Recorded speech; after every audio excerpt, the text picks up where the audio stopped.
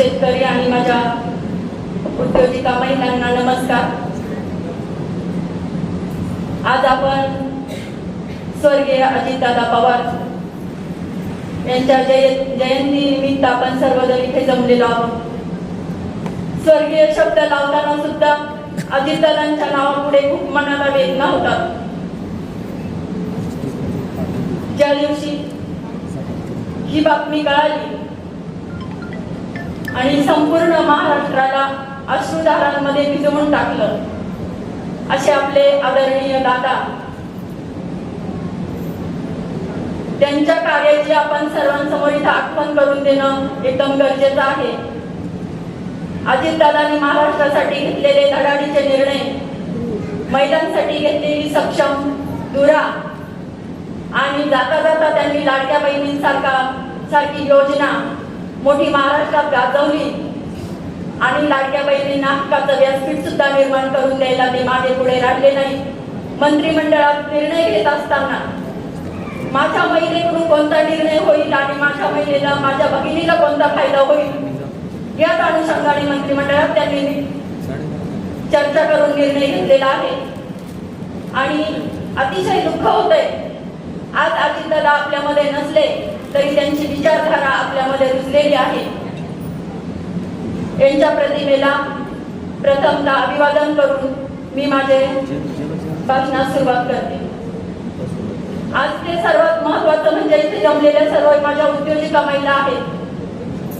कुठलीही नोकरीची अपेक्षा न करता मी माझ्या स्वतःच्या पायावर उभे राहील, मग ते 4-2 पैसे असू देत, परंतु मी स्वाभिमानाने जगेल, ही इथे बसलेल्या प्रत्येक महिलेच्या मनामधली भावना आहे आणि ती भावनाच पुढे घेऊन जायला सर्व मदत करत आहे। एकमेकांना प्रोत्साहित करणं, एकमेकांना मदत करणं, मग ती आर्थिक स्वरूपाची असेल, सामाजिक स्वरूपाची असेल, धार्मिक स्वरूपाची असेल किंवा शैक्षणिक स्वरूपाची असेल, अशा पद्धतीने मदत करून एकमेकींना हाताला हात देऊन पुढे जाणं ही सर्वात मोठी गोष्ट आहे।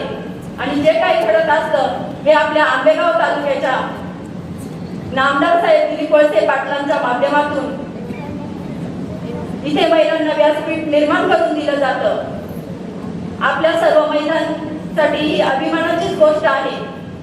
आंबेगाव तालुका आघाडीच्या नेत्या आपल्या सुषमाताई शिंदे या सर्व महिलांच्या संपर्कात राहून उद्योजिका महिला कोण कोण आहेत त्यांना व्यासपीठ मिळवून देण्याची जबाबदारी त्यांनी घेतलेली आहे। अनुसया उन्नती केंद्राच्या अध्यक्षा किरणताई वळसे असतील आणि सुषमाताई आणि त्यांची आंबेगाव तालुक्याची संपूर्ण बॉडी असेल, त्यात आमच्या ज्योतिताई निगोट पण हिरिरीने काम करत असतात, आम्ही येता जाता पाहत असतो नेहमी। आणि हे सर्व काम करत असताना महिलांना एक व्यासपीठ निर्माण करून द्यायची, त्यांना हक्काची बाजारपेठ निर्माण करून दिली गेली पाहिजे। त्यांनी प्रोडक्शन केलेल्या प्रोडक्टला मार्केट कसे मिळेल, हे कसे आपल्या आंबेगाव तालुक्यातून महिला पुढे जाईल, हे उद्दिष्ट त्यांनी डोळ्यासमोर ठेवलेलं आहे। आता 2 दिवसापूर्वी आमची एक सर्वसाधारण वार्षिक सभा पार पडली। महिला आर्थिक विकास महामंडळामध्ये मी कार्यरत आहे आणि तिथेही महिलांच्या उद्योग व्यवसायाला चालना कशी दिली जाते, त्यातून नवीन प्रशिक्षणे असतील, नवीन प्रोजेक्ट असतील, महिलांपर्यंत पोहोचविण्याच्या सुविधा असतील, त्या कशा पोहोचवल्या जातात, त्याला बाजारपेठ कशी निर्माण करून दिली जाते, हे सर्व मी गेले 10 वर्ष डोळ्याने पाहत आहे आणि त्यातून काही गोष्टी शिकत आहे। असा उद्योग व्यवसाय निर्मिती करताना माझे मिस्टर BSc बोटनी स्पेशल असल्यामुळे, वनस्पती शास्त्राचं त्यांना जास्त आवड असल्यामुळे त्यांनी स्वतःच घरी गव्हांकुर चूर्ण म्हणून तयार करण्याचे ठरवले आणि आम्हाला त्याच्यात महिलांना मार्गदर्शन करून पुढाकार घेण्यास सांगितले। सुरुवातीला गव्हांकुर चूर्ण तयार केले, परंतु विक्री बाजारपेठ काहीच माहिती नव्हती। आपण प्रोडक्शन किती पण तयार करू शकतो, पण सर्वांना महत्त्वाचा प्रश्न असतो तो मार्केटिंगचा आणि बाजारपेठ कुठे उपलब्ध करायची याचा। आता ते प्रोडक्ट तयार केलं असताना मी महिला आर्थिक विकास महामंडळामध्ये काम करत असताना लॉन्चिंग करण्यासाठी माझ्या त्या टीमला बोलवलं, त्याच्यामध्ये मी सुषमाताईंना त्यावेळेस बोलवलं होतं। 101 बॉटल सुरुवातीला मी तयार केली आणि सुषमाताईंना, हे सगळ्यांना महिला आर्थिकची माझी टीम होती. आमच्या छोट्याशा गावामध्ये मंदिरामध्ये त्या प्रोडक्टचं माझं लॉन्चिंग केलं आणि तिथले एक अधिकारी आले होते महिला आर्थिक विकास महामंडळाचे. म्हटलं सर मी प्रोडक्ट तयार केलाय, रिझल्ट पण घरी पाहिलाय, परंतु याचं मार्केटिंग मला माहिती नाही कुठे करायचं. योगायोगाने त्याच्यामध्ये आलेले जिल्हा कार्यालयाचे अधिकारी होते आणि त्यांनी सांगितलं की ऋतुजाताई तुम्ही प्रोडक्ट तयार केलाय, तुम्ही हा प्रोडक्ट घेऊन 2 दिवसावर बांद्र्याचं एक्झिबिशन आहे महालक्ष्मी सरस या ग्राउंडवर. आपल्या सगळ्या उद्योजिका महिला असल्यामुळे सगळ्यांनाच ते परिचित आहे. आणि बांद्र्याला मी माझे 101 बॉटल मी सुरुवातीला घेऊन गेले आणि तिथे मला ग्राहकांचा रिस्पॉन्स पाहायला मिळाला. माझ्या प्रोडक्टमध्ये काय कमतरता आहे, त्याचे लेबलिंग कसे आहे, त्याचे पॅकेजिंग कसे आहे, त्याच्यावर अजून काय गरजेचं आहे, हे सगळा अभिप्राय मला कस्टमरच्या माध्यमातून पाहायला मिळाला. त्याच्यानुसार मी प्रगती करत गेले आणि ही प्रगती करत असताना वेगवेगळे एक्झिबिशनच्या माध्यमातून. आता सर्वात महत्वाचा मुद्दा मला इथे नमूद करावा असं वाटतो, इथे कोणी पीडीसीसी बँकेचे अधिकारी असतील तर सर्वांचं किंवा जिल्हा बँकेचं मी आवर्जून कौतुक करते. कारण पीडीसीसीच्या बँकेमार्फत आम्हा उद्योजिका महिलांना स्टॉल उपलब्ध करून देण्याचं काम आपल्या आंबेगाव तालुक्याच्या पीडीसीसी बँकांच्या शाखेमधून केलं जातं. आणि मला या अभिमानाने सांगावं वाटतं की कुणी नवीन उद्योजिका महिला असतील तर त्यांनी या स्टॉल मध्ये सहभागी घेऊन आपल्या प्रॉडक्टचा अभिप्राय, आपल्या प्रॉडक्टची कमतरता आणि आपल्या प्रॉडक्टला मिळणारं मार्केटिंग याच्यामध्ये काय काय त्रुटी आहेत हे आपल्याला जेव्हा स्टॉलवर उभं राहतो तेव्हा आपल्याला ग्राहकांच्या माध्यमातून कळत असतं. उद्योजिका ही एक दिवसात निर्माण होणारी गोष्ट नाही. उद्योजिका होण्यासाठी खूप त्याच्या पाठीमागे परिश्रम असतात आणि खूप काही अनुभवाची शिदोरी लागते. आणि ही शिदोरी गोळा करत असताना वेगवेगळे कस्टमर आपल्याला मिळतात, त्यात चांगला वाईट पण अनुभव येतो. काही जण चांगले अभिप्राय घेऊन जातात, काही जण त्यातून आपल्याला काहीतरी शिकवून जात असतात. कोणताही कस्टमर आपल्याला वाया जात नाही. आपण जेव्हा प्रोडक्ट घेऊन मार्केटमध्ये उभं राहतो तेव्हा आपल्याला अपेक्षा असते की माझा बिझनेस 1,00,000-1.5 लाखाचा व्हावा. मुळीच अशी अपेक्षा ठेवायची नाही. कारण आपण जेव्हा स्टॉलवर उभं राहतो प्रत्येक कस्टमर आपल्याला त्याच्यातून काहीतरी शिकवून जात असतो. त्यांनी जरी आपला प्रोडक्ट विकत घेतला नाही तरी त्याच्यातून एक अनुभव आपल्याला तो देऊन जात असतो की तुमच्या प्रोडक्टमध्ये कमतरता काय आहे, तुमच्या प्रोडक्टमध्ये पॅकेजिंग कसं हवंय, लेबलिंग कसं आहे. ह्या गोष्टी शिकत असताना गेले 10 वर्षाचा संघर्ष मला करावा लागला आणि त्याच्या जोडीला मी सेंद्रिय खताची जोड दिली. आणि ऑर्गॅनिक मध्ये काम करत असताना सेंद्रिय खत निर्मिती ही काळाची गरज आहे. रासायनिक खतामुळे जमिनीचा पोत कमी होत चालला आहे आणि तो सुधारण्यासाठी ऑर्गॅनिक शिवाय पर्याय नाही. ही बाब जेव्हा लक्षात आली तेव्हा मी स्वतःच प्रोडक्शन करायचं ठरवलं.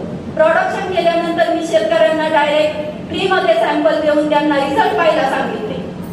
प्रत्येक शेतकऱ्याला सांगितलं की तुम्ही टोमॅटोचा बाग करताय ना, मग एका सरीला माझं सेंद्रिय खत वापरून बघा.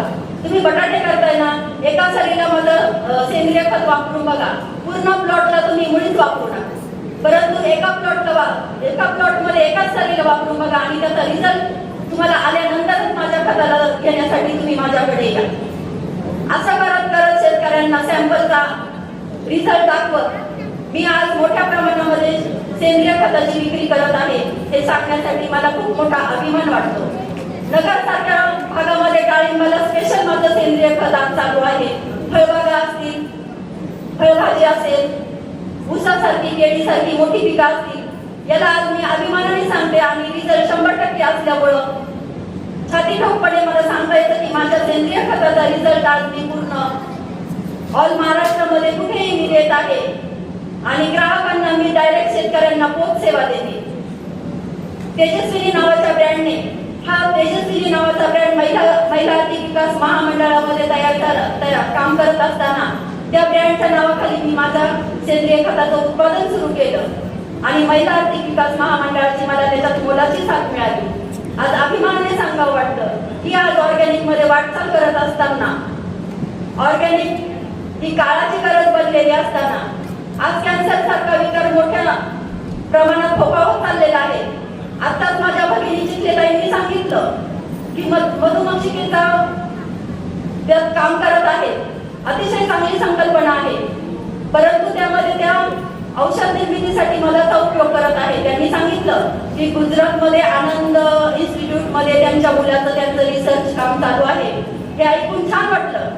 एक महिला ते काम करू शकते आणि इथपर्यंत पोहोचते की असे रिसर्च चालू केलं की कॅन्सर सारख्या विकारावर कशी मात करता येईल. परंतु मी तर हे मला याच्या पुढे जाऊन सांगेल, कॅन्सर सारखा विकार झाल्यानंतर त्याच्यावर उपचार करत बसण्यापेक्षा कॅन्सर होऊच नये यासाठी उपाययोजना करावी. आणि ती करण्यासाठी मी जाता जाता एक माझ्या भगिनींना मोलाचा सल्ला देऊन जाईल. आपण इथे बसलेला आपला कृषी प्रधान देश आहे आणि इथे बसलेल्या सर्व माझ्या भगिनी शेतकरी महिला आहेत आणि त्यांना मला आवर्जून इथं नमूद करावं असं वाटतं की आपल्या प्रत्येक भगिनीच्या घरी शेती आहे आणि ज्या महिला शेतीमध्ये राहतात किंवा गावामध्ये जरी राहत असल्या तरी आपल्या घराच्या आजूबाजूला 1 गुंठा, अर्धा गुंठा, थोडीशी का होईना जागा असते आणि तिथे आपली परसबाग प्रत्येक महिलेने फुलवली पाहिजे आणि आपल्या घरात लागणारी प्रत्येकाची भाजी ही स्वतः महिलेने आपली भाजी तयार करावी. आज मी हे सांगत असताना सुरुवात स्वतःपासून केली पाहिजे. मी सुषमाताई नाही बोलले असेल, आमच्या महिला आर्थिक विकास महामंडळाची टीम पण येऊन गेली आणि माझ्या ज्या मैत्रिणी आहेत, इथे बसलेल्या बऱ्याच माझ्या मैत्रिणी आहेत, त्यांनाही सांगितलं, त्या माझ्या घरी येऊन माझी परसबाग पाहून गेल्या आणि मला एक अभिमानाने सांगावं असं वाटतं, मी फक्त बटाटे घेण्यासाठीच मार्केटमध्ये जाते, इतर सर्व भाजीपाला मी माझ्या स्वतःच्या परसबागेमध्ये पिकवते आणि स्वतः माझ्या कुटुंबासाठी उपयोग करते. मग ही मर्यादित मी माझा कुटुंब सुधारण्यासाठी मला मी समाधानी नाहीये. माझ्यासारखं इतरांचं, माझ्या गावातलं असेल, माझ्या तालुक्यातलं असेल आणि माझ्या जिल्ह्यातलं असेल, सर्व कुटुंब सुधारली पाहिजे. म्हणून मी माझ्या भगिनींना जाता जाता सल्ला देईन की सेंद्रिय परसबाग ही प्रत्येक महिलेच्या घरी पाहिजे आणि आंबेगाव तालुक्याची ओळख ही प्रत्येक महिलेच्या घरी परसबाग असणारा तालुका आहे, ही ओळख निर्माण झाल्याशिवाय राहणार नाही. आज ढोबळेवाडीच्या माझ्या छोट्याशा दारकरवाडी गावामध्ये हे तयार करत असताना माझ्या ढोबळेवाडीमध्ये सुद्धा आज 50% ढोबळेवाडीमध्ये परसबाग आहे हे सांगण्यासाठी पण मला खूप अभिमान वाटतो. आणि मी अशा कार्यक्रमांच्या माध्यमातून माझ्या घरासमोरच झेडपीची शाळा आहे, झेडपीच्या शाळेमध्ये 15 ऑगस्टचा कार्यक्रम असेल, 26 जानेवारीचा कार्यक्रम असेल, आपल्या मोर्या गार्डनला जो हळदी कुंकाचा कार्यक्रम होतो, अशा मोठ्या मोठ्या कार्यक्रमांमध्ये मी सुषमाताईंना असेल किंवा अजून जे कार्यक्रमाचे नियोजन करणारे शिक्षक लोक असतील यांना विनंती करते आणि तिथे परसबागेचं महत्त्व सांगितल्याशिवाय, 2 शब्द सांगितल्याशिवाय मी राहत नाही. आणि असे करून आज 50% ढोबळेवाडी परसबागयुक्त केलेली आहे हे सांगण्यासाठी मला खूप मोठा अभिमान वाटतो. आणि अशीच परसबाग प्रत्येक महिलेच्या घरी आपल्या आंबेगाव तालुक्यामध्ये फुलावी आणि ही छोटी गोष्ट असली तरी आरोग्यासाठी फार मोठी गोष्ट आहे. जाता जाता हा मोलाचा सल्ला मी देऊन जाईल. धन्यवाद.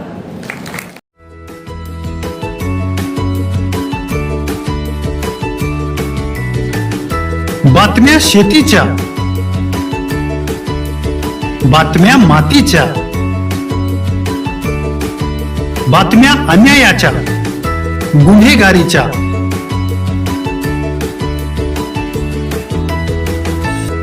राजकारणाच्या आणि समाजकारणाच्या, शोषणाविरुद्ध बुलंद आवाज, जनसामान्यांच्या हुंकाराची गाज, सत्कार्याला प्रोत्साहन, दुष्कृत्याला अनुशासन,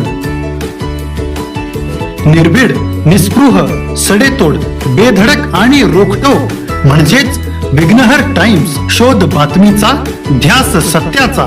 आपलं चॅनल, आपली बातमी. सबस्क्राईब तर कराच, पण बेल आयकॉनवर क्लिक करायलाही विसरू नका.